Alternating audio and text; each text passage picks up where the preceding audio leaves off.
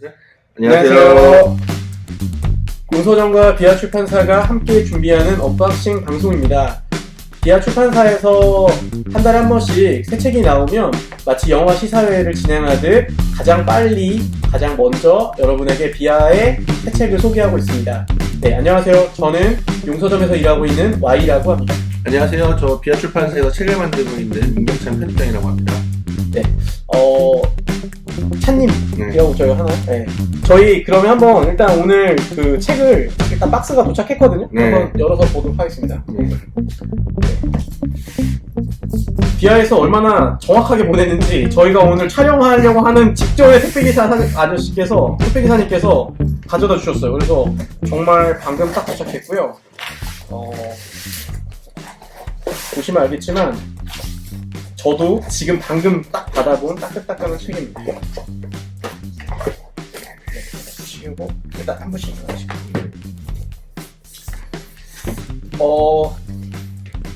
네, 제가 잠깐 그래도 저도 질문할 수 있는 시간은 필요하니까요. 한 30초 정도 네. 이 책 기획 의도, 이거 어떻게 이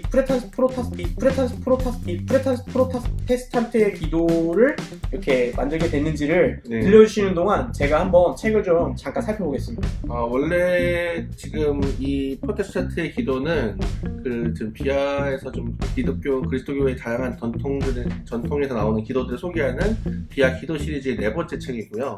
성공회라든지 상대적으로 이제 저희 제도교회 쪽에서는 이런 전통적인 기도서, 성공의 기도서라든지 기본적인 기도서 양식이 많이 있는데 특히 좀 개신교 전통에서는 좀 기도서 전통이 좀 부족한 감이 있어가지고 좀 원류를 좀 소개해야겠다. 개신교의 원류라고 하면 아무래도 마르틴 루터겠고, 마르틴 루터의 어떤 기도들을 좀 모아서 소개해야겠다는 생각을 했고, 그것을 가장 잘 하실 수 있는 분인 최지훈 목사님에게 좀 부탁을 해가지고 이 기도서를 만들게 됐습니다. 네, 저도 이제 스캔이 좀 끝났습니다. 네. 그런 취지로 기획이 된 책이군요. 네. 저희가 언박싱 방송에서는 총 3가지 파트로 저희가 진행을 하고 있는데요. 첫 번째는 이 책이 가지고 있는 외형적인, 제가 딱 독자들이 처음 봤을 때 어떤 표지나 이런 겉모습을 보고 이야기할 수 있는, 발견할 수 있는 부분들을 이야기하고요. 그 다음에 두 번째로는 이제 책의 본문, 책의 내용 구성, 저자, 뭐 이런 것들을 이야기하고, 마지막으로 세 번째로 그 편집장님의 이런 이 책에서의 한방, 어떤 독자들을 매혹할 수 있는 한 부분을 이렇게 소개하는 것으로 저희가 구성하고 있거든요. 네. 자, 첫 번째로 이 책의 외형 관련된 이야기를 좀 나눠보면 좋을 것 같습니다. 네. 그 비아의 책들 시리즈 안에 들어가 있잖아요. 네. 아까 소개해 주셨던 것처럼 이 책도 기도 시리즈에 들어가 있어요. 네. 그래서 그 비아의 책을 읽어보신 분들이라면 누구나 바로 알 수 있을 정도로 연장선상에 이 표지의 디자인이 일단 눈에 딱 들어오거든요. 네. 그래서 일단은 이 표지의 디자인 부분을 한번 얘기하면 좋을 것 같네요. 네. 비슷한데 달라요. 네. 저는 그냥 제일 눈에 띄는 거는 각이 있다는 거였어요. 그렇죠. 네. 앞에 거는 약간 이렇게 오르내리는 이런 느낌이라 그러면 얘는 약간 틀 안에 들어가 있는 느낌. 네. 이게 좀 개인적으로 눈에 들어왔어요. 그러니까 여태까지의 공통점이라는 건 뭐냐면 전부 다 기본적으로 어쨌든 개인 기도, 개인이 뭔가 여러 사람들을 대표로 해서 드리는 거든 간에 전통과는 조금 무관한 개신교적인 약간 특징인데, 루터만 하더라도 물론 프로테스탄트라는 이제 그 개신교의 어떤 좀 종교개혁의 시작이지만 여기 기도서의 굉장히 중요한 특징은 의례가 있어요. 그래서 의례라는 게 과연 뭘까? 그 상하 움직임 속에서 일정한 틀을 잡아주는 게 전통이니까는 그것을, 그 전통을 루터가 좀 따르고 있다는 걸 표현하기 위해서 약간 틀을 좀 세운 거고, 그러니까 사실은 원래는 이런 운동이 일어나고 있는 건데 똑같은 운동이 일어나는 거였는데 그거를 틀로 이렇게 카메라로 이렇게 이 프레임으로 약간 제한을 둔 거죠. 그 안에서 이제 일어나게 위아래 운동이.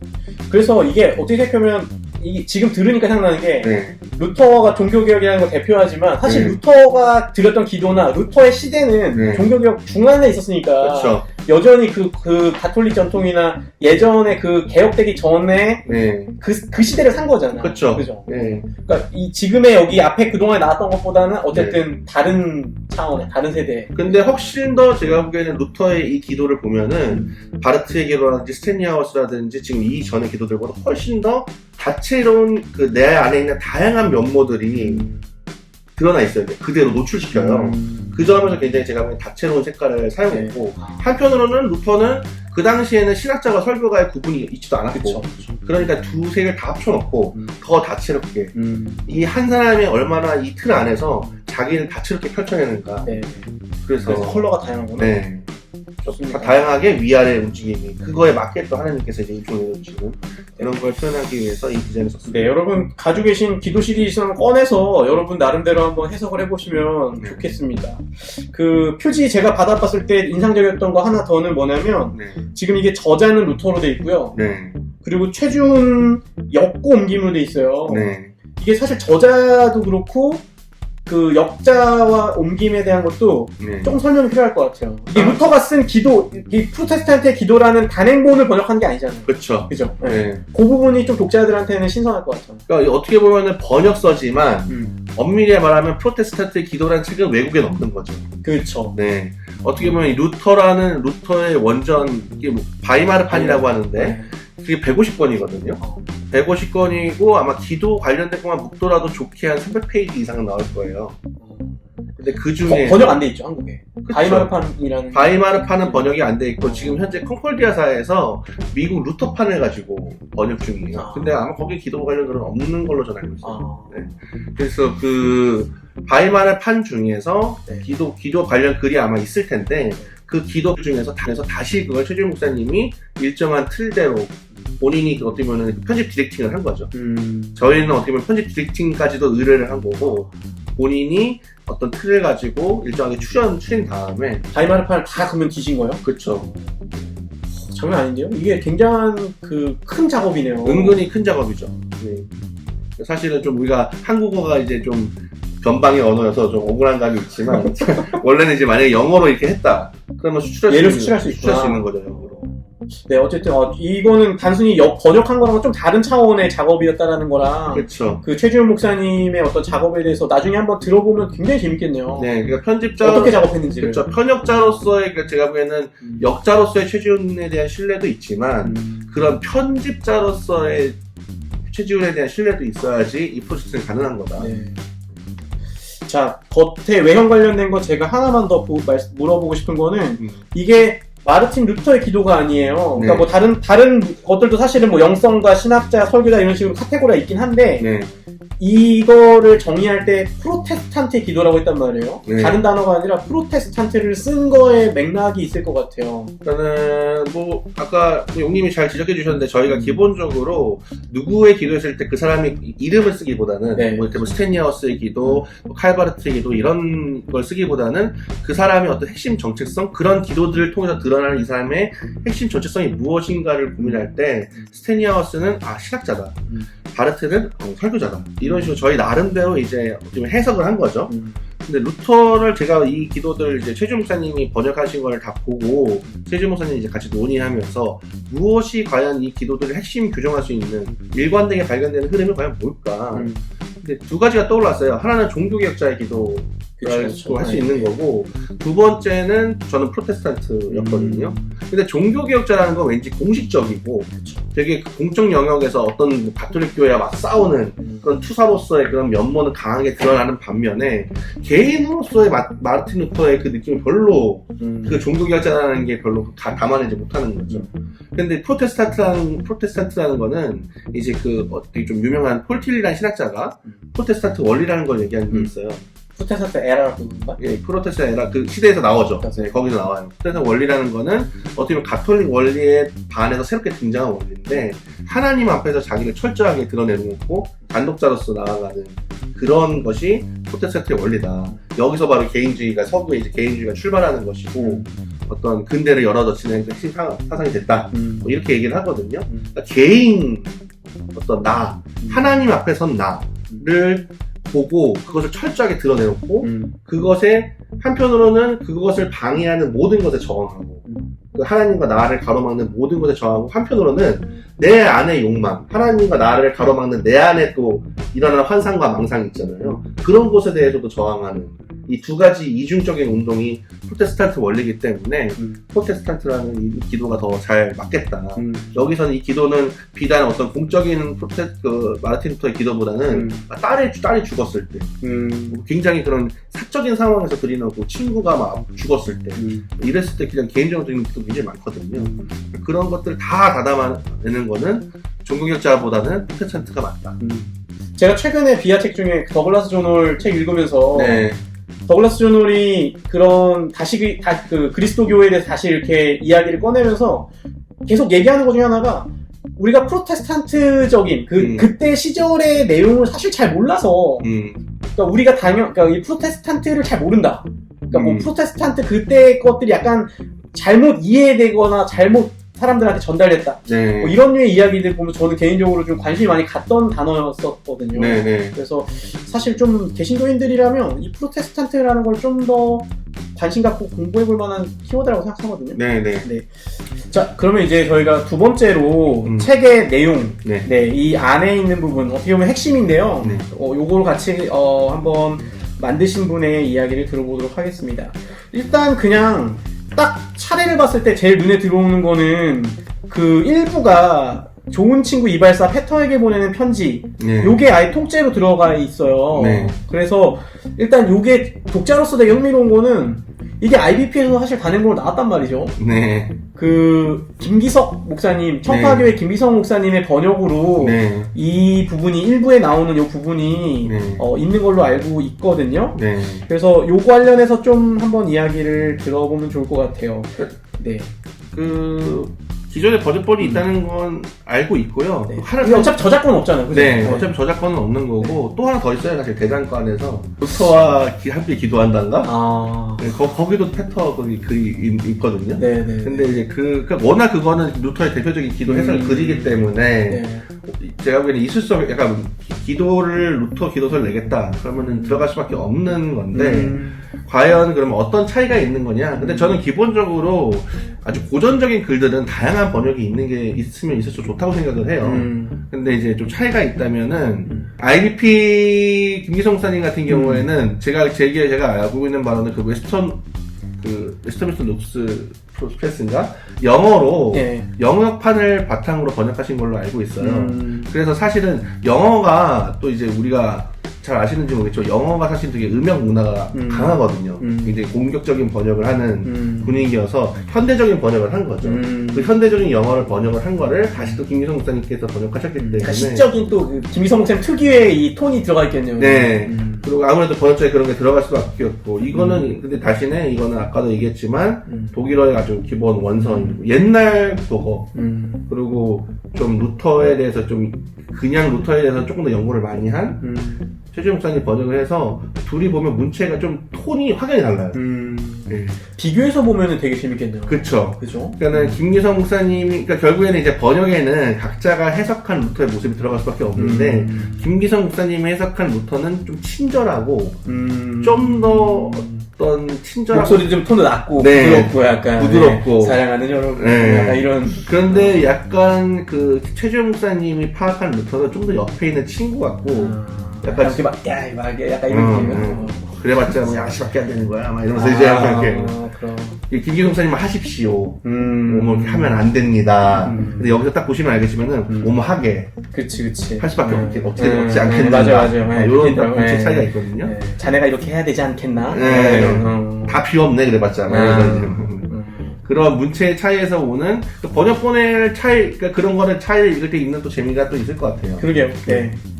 편집자로서 지금 이 책에서 기도들이 어떻게 배열되어 있나요? 그리고 어떤 기도들을 굉장히 수많은 어쨌든 여러 흩어져 있는 책들에서 뽑았을 때 일정한 규칙 같은 게 있어야 되지 않았을까 싶은데요. 어쨌든 1부는 이제 총 4부로 이루어져 있는데 1부는 기도 관련 글들 모음이고요. 2부부터 이제 기도들이 이제 나오는데 2부가 이제 일상의 기도, 네. 3부가 예배와 기도, 예배. 4부가 오늘의 기도예요. 2부의 기도는 약간 루터의 개인의 면모를 볼 수 있는 그런 기도들이 이제 많이 포함이 돼 있고, 그러게. 3부는 그 예배 중간에 드리는 기도들, 뭐 세례식 때라든지 무슨 인직이라든지 그럴 때 드리는 기도들. 그 다음에 오늘의 기도는 교회력에 따른 기도들. 교회력을 따는 거. 네. 대림, 성탄, 네, 부활 뭐 이럴 때 드리는 기도들이 주로 배치가 돼 있습니다. 네. 보니까 그 일상의 그 루터 개인에 관련된 것 중에 이게 번역이 굉장히 재밌는 게 막 이런 거예요. 죽어가는 딸을 위해가 있어요. 네. 그리고 아까 보니까 군주를 위한 기도. 네. 그러니까 이런 기도문 하나하나에 그 루터라는 사람의 삶과 그다음에 그 사람이 가진 어떤 성향, 뭐 어떤 성품 이런 게 되게 잘 담긴 것 같아요. 그러니까 오늘날 독자들 약간 저도 계속 이제 그 최주 목사님과 제가 다 궁금해하는 건데 이거를 어떻게 요즘 독자들이 받아들일까.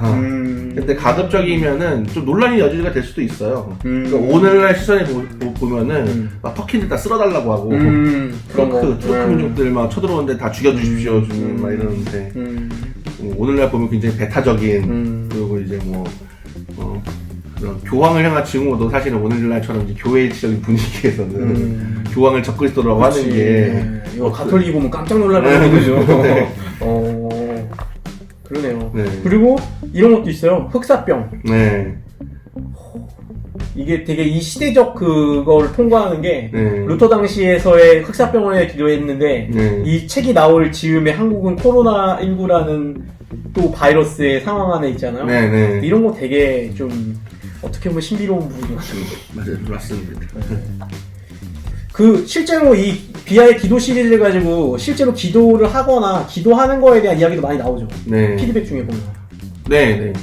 그리고 저희 같은 경우에는 올해는 못했지만 작년 같은 경우에는 비아에서 이제 그 성공의 성가수녀회랑 같이 조인을 해가지고 이 기도서를 직접 같이 활용해서 기도회를 열기도 했죠. 장기적으로는 계속 그런 것을 저희가 어떻게 보면 이 기도서를 좀 다채롭게 활용할 수 있는지 좀 방법을 좀 모색하고 있습니다. 그게 저도 그 성가 수녀회 했던 거 되게 기억나는데 참석했던 분이 되게 굉장히 좋은 피드백을 저한테 남겨주셔가지고 정말 평소에 경험할 수 없었던 그쵸. 오셨던 분들은 반응이 역대급으로 좋았던 것 같아요. 지금 상황에서는 그런 것들을 할 수 없지만 오히려 그래서 이런 기도 책들이 필요하겠다는 생각도 드는 것 같아요. 그러니까 우리가 같이 모이거나 그렇게 못해도 개인적으로 이렇게 기도할 수 있는 기도를 도움받을 수 있는 책들이 있으면 이걸 따라서 우리의 그런 삶의 루틴 어떤 습관들을 만들 수 있잖아요. 그렇죠. 그런 의미에서 지금 되게 또 필요한 게 이런 시리즈라고 생각이 들고요. 그냥 이 내용하고 상관없이 그 비아에서 이 기도 시리즈를 낸다는 것은 어떤 의미일까? 저는 독자로서 그런 생각도 좀 들거든요. 그러니까 비아가 가지고 있는 독자층이나 책들이 사실 어느 정도 신학적인 어떤 신학을 소개하고 사람들에게 어떤 지성, 뭔가 그리스도교 교양에 대한 이야기도 하는데 유난히 이 기도 시리즈는 좀 튀는 부분이 있는 것 같아요.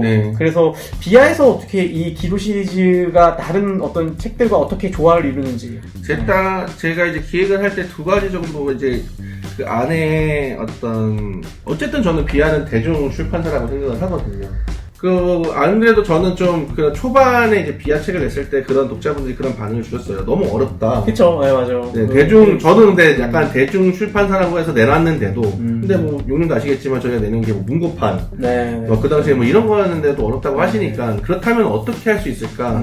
근데 한편으로는 어떻게, 요즘 한국에서 되게 범람하고 있는 간증서적이라든지, 어떤 대형교회 설교집이라든지, 그런 길이 아닌, 어떤 방식으로 저희가 이제 지향하는 거는 어쨌든 그리스도교 신앙의 감각을 익히게 해주는 건데 어떻게 하면 그런 감각을 키울 수 있을까 해서 생각한 게 이 기도 시리즈였어요. 기도는 어쨌든 아무리 어려운 신학자가 쓰더라도 기도니까 어쨌든 소통 가능성이 있고 어떤 교회라도 모든 기도를 드리지 않는 교회는 없으니까 그런 면에서 좀 이 시리즈를 통해서 다양한 전통의 기도들을 좀 소개해야겠다. 그런 식으로 해가지고 저는 굉장히 공을 좀 많이 네. 선별할 때 좀 애를 쓰는 그런 시리즈라고 할 수 있습니다. 네. 비아가 대중을 지향한다고 했을 때는 대중을 제가 보기에는 그 입맛, 그러니까 사람들한테 보통 대중적인 출판사다. 그럼 대중의 입맛에만 맞는 출판사, 입맛에 맞추는 대중의 출판사. 수준에 낮춰서 네. 아예 깔아주는? 막 이런 네. 거. 그런 게 아니라 저는 대중과 함께 한다는 거죠. 그러니까 대중이라는 것은 결국에는 다수의 사람들인데 교회라는 건 결국엔 다수를 포괄하는 공동체인 게 맞는 거고, 근데 그 대중을 의식한다는 건 한편으로는 대중이 잘못 아니면 조금 더 많은 지성을 요구할 때도 있잖아요. 그럴 때는 그런 부분을 어프로치를 해야 되는 거고, 한편으로는 또 다른 부분에서는 위로받을 때는 또 위로도 해줄 수 있어야 되는 거고, 그러니까 그런 면에서 이제 기존의 대중 출판사들은 좀 위로해주고 좀 입맛에 맞추는 방향으로 많이 했다면, 저희는 대중과 함께 하되 조금 더 다른 방식으로 함께 할 수 있는 방식을 모색하는 거겠죠. 네네. 저희 그럼 이제 마지막으로 그 만들면서 만든이가 책을 작업하면서 뭔가 독자들에게 이 부분은 정말 너무 좋다. 이 책에 한 방이 있다. 그 부분을 좀 소개하는 시간인데요. 편집장님 어떤 부분을 좀 독자분들에게 소개하겠습니까? 저는 근데 사실 이 책은 굉장히 여러모로 좀 제가 보기에는 은근히 되게 놀랄 부분이 많이 있어요. 놀란다고요? 네.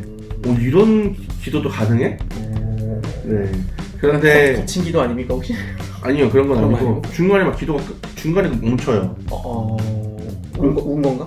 아니요, 그냥 원래 그 당시에는 이제 정해진 기도 시간이 있었잖아요. 그러니까 기도 드리다가 갑자기 시간이 다 됐어. 시간이 다 됐습니다, 주님. 끝. 그렇습니까? 네, 뭐 기도하다가 중간에 막 버섯도 먹고 뭐지? 막 이런. 근데 그런 것들이 여러 가지로 이제 좀 색다르고 되게 이제 신선하고 한편으로 좀 충격적이고 그런 것도 많은데, 그냥 요번에 제가 한 방으로 고른 거는 아무래도 코로나 시즌이니까 네, 흑사병 시기에 이제 루터가 드렸던 기도를 한번 루터가 이제 어떤 식으로 기도를 했는지 한번 살펴보면 좋을 것 같아서 읽어보겠습니다. 163쪽인데요. 오 주님, 당신께서는 가난하고 불쌍한 피조물들을 아십니다. 우리는 심히 연약하여 당신의 거룩한 말씀 앞에서 감사할 줄 모르고 당신의 뜻을 제 마음대로 구부려가며 삽니다. 주님, 우리를 불쌍히 여기소서. 지금 우리는 범죄로 인해 지독한 역병에 시달리고 있습니다. 우리의 교만을 징계하시되 당신의 자비 가운데 새로운 피조물로 거듭나게 하여 주소서. 탄원을 들어주시는 주님, 당신께 간절히 구하오니 우리가 당신의 말씀과 뜻을 경청하게 하시고 이 병을 거두어 주소서. 그리하여 당신이야말로 우리의 가장 자비로운 하늘 아버지이심을 깨닫게 하소서. 당신의 사랑하는 아들이며 우리의 대언자 되신 예수 그리스도의 이름으로. 이렇게 됩니다. 네. 뭔가 되게 좀 숙연해지는데요. 네. 이렇게 해서 저희가 그 한방 흑사병 기도를 같이 좀 하는 거 해봤고요. 네. 기도 시리즈가 계속 이어지고 있어서 아까 중간에 잠깐 언급되었었는데 그 예언자의 기도? 그럼 월터 부르그먼인가요 혹시? 네. 네, 그렇군요. 저 찍었습니다. 네. 그리고 이 프로테스탄트의 기도도 많은 독자분들에게 좀 사랑받으면 좋을 것 같고, 이어지는 또 예언자의 기도도 기대하면서 기다릴 수 있을 것 같아요. 혹시 뭐 독자분들에게, 이 책을 읽은 독자분들에게 한 방 했지만 혹시 마지막으로 하실 말씀 있을까요? 그러니까는 기도라는 게 되게 여러 가지 의미가 있는데, 한편으로는 저는 기도라는 게 문학적으로는 약간 시 같은 거라고 생각을 하거든요. 그러니까는 우리가 이제 요새 뭐 문학계에서 시집 어떻게 보면 열풍이라고 할 정도로 시집 많이 들고 가고, 이제 사람들이 이제 지하철 같은 데서 시집 보면서 잠깐 보면서 이렇게 어떻게 보면은 좀 분위기를 환기시키잖아요. 그러니까 우리 그리스도인들 같은 경우에는 그런 시집 보듯이 약간 이런 기도서를 보면서 자기를 돌아보고, 한편으로는 이것을 또 따라서 한번 또 써보고, 시 쓰듯이 시를 한번 자기가 따라 써보듯이 그런 식으로 기도를 하는 훈련을 하면 우리의 한편으로는 상상력에, 문학적 상상력이라고, 인문학적 상상력에, 한편으로는 우리가 어떤 살아가는 삶의 방식에도 조금씩 변화가 있지 않을까, 그런 기대감을 가집니다. 네, 저희 오늘 이렇게 준비한 비아와 용서점의 언박싱은 이렇게 마치고요. 다음에 또 한 달 뒤에 새로운 책으로 다시 찾아뵙겠습니다. 시청해주신 여러분 감사합니다. 감사합니다.